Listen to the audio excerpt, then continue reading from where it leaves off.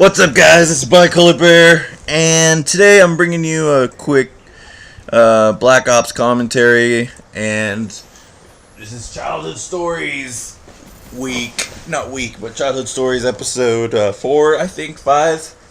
And the topic of today's Childhood Stories is it's not a story, it's a person with a collection of stories that have happened with this person, me and this person, and other people. And his name is Dakota. So Dakota, he's special. Let's just put it at that. Right here, I want to show you guys a picture of him and my brother. My brother's on the left, him on the right. He looks like a really big douche, I know, but bear the picture for a second. But so yeah, Dakota, he is when I first met him, I was pretty young, 14, 15. Him and my brother were like 10, but they were mature for their age. Were like hanging out. They like to hang out with me, so try to put a role model.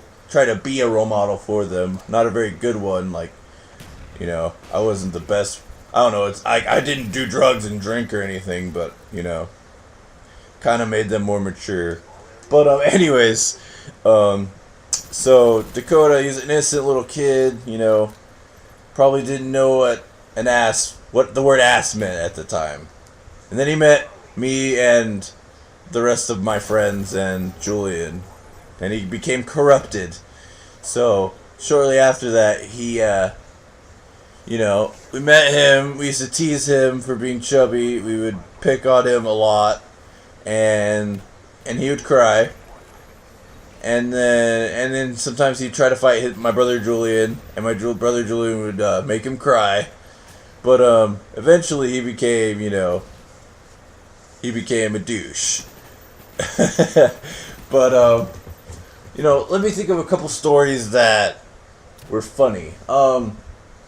One time we were hanging out with my brother, not Julian, not the smaller one, but the one that's closest to me, Jacob, and Jacob was pretending to be controlled by Satan, and we were in a room, and there was our friend Michael and Julian were hiding underneath the bunk beds at our friend Gabriel's house, and all of a sudden he started hearing noises. We turned off the lights; it was dark.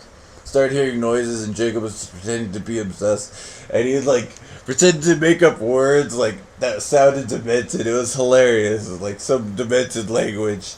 And Dakota. He started getting all scared, and you could hear he could hear voices underneath the bed, and there's boxes in front of the bed, so he couldn't see if people were underneath it. And he actually started crying.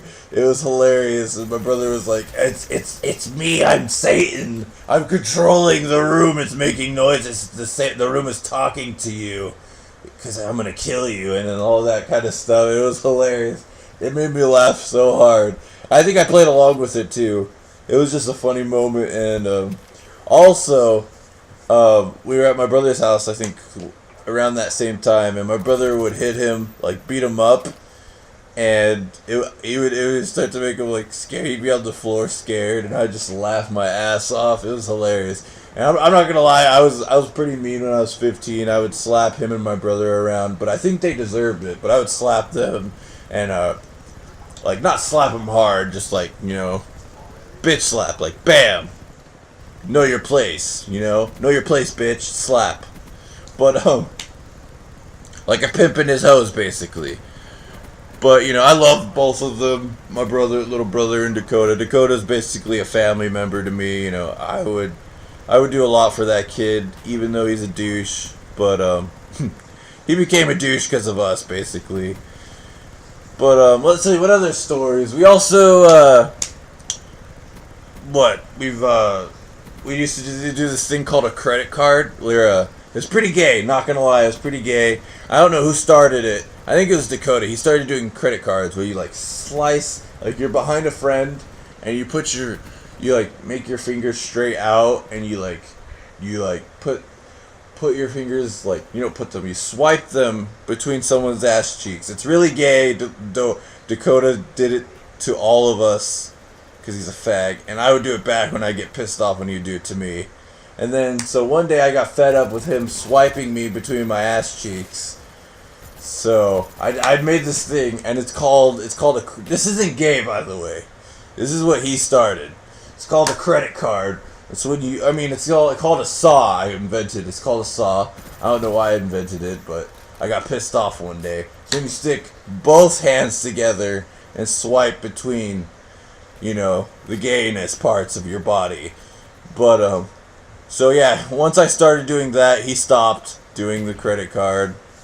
And no homo, we're not gay. We just, that's what happens when you have a douche in your friend's part. When you have a group of friends, he turns things really gay. So you got to be that much gayer. You have to top his gayness, and that's what I did. I'm not ashamed of it. I did it. But so we would hang out. One time I was sitting there. This was like 17, 16.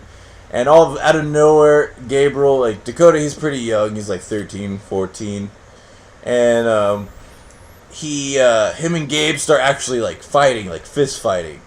And Gabriel's like, he's small. He's kind of, I don't want to put him down. He's just smaller and not as strong as, I guess, me. I get an average 16-year-old.